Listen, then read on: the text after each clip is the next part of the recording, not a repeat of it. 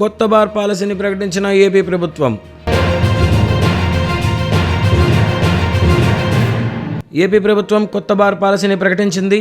Licence ఫీజుల నుంచి షాపుల కేటాయింపు వరకు అన్ని రూల్స్లో సమూల మార్పులు చేసింది. కొత్త నిబంధనలతో సిండికేట్లకు చెక్ పెట్టబోతోంది. 28న లాటరీల ద్వారా బార్ల కేటాయింపు ఉంటుంది.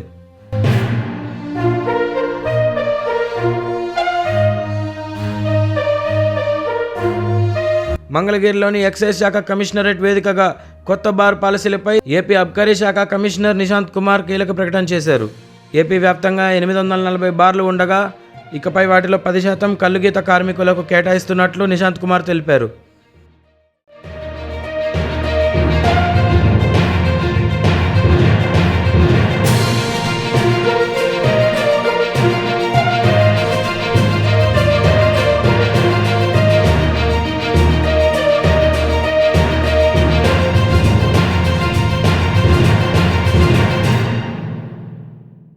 కొత్తవారు మద్యం వ్యాపారంలోకి వచ్చేలాగా కొన్ని మార్పులు చేశామన్నారు.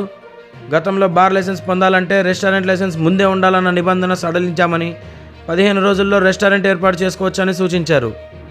ఇక లైసెన్స్ ఫీజులు 70 నుంచి 50% వరకు తగ్గాయని వివరించారు.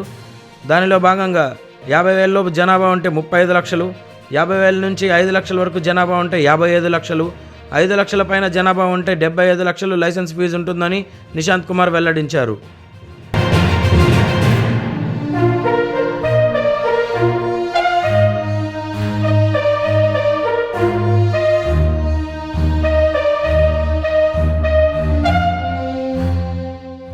ప్రతి ఏడాది 10% చొప్పున ఫీజులు పెంచుతామన్నారు. అలాగే గతంలో ఒకేసారి ఆగస్టులోపు లైసెన్స్ ఫీజులు కట్టాల్సింది ఉండేదని, ఈసారి 6 సార్లు చెల్లించవచ్చని చెప్పారు. గతంలో బార్లు ఉదయం 11 గంటల నుంచి రాత్రి 11 గంటల వరకు ఉండేవని, ఇక ఉదయం 10 గంటల నుంచి రాత్రి 12 గంటల వరకు ఉంటాయని, అనుమతి ఉంటుందని స్పష్టం చేశారు.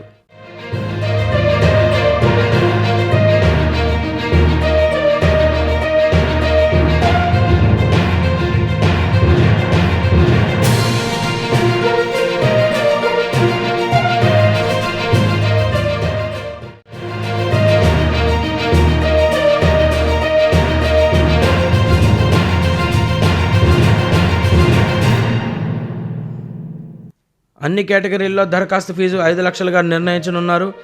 ఈ నెల 26వ తేదీ సాయంత్రం 5 గంటల వరకు దరఖాస్తు చేసుకోవచ్చని సూచించారు. 28న కలెక్టర్ లాటరీ తీసి ట్రాన్స్పరెంట్గా బార్లు కేటాయిస్తారని, సెప్టెంబర్ 1 నుంచి కొత్త పాలసీ అందుబాటులోకి వస్తుందన్నారు.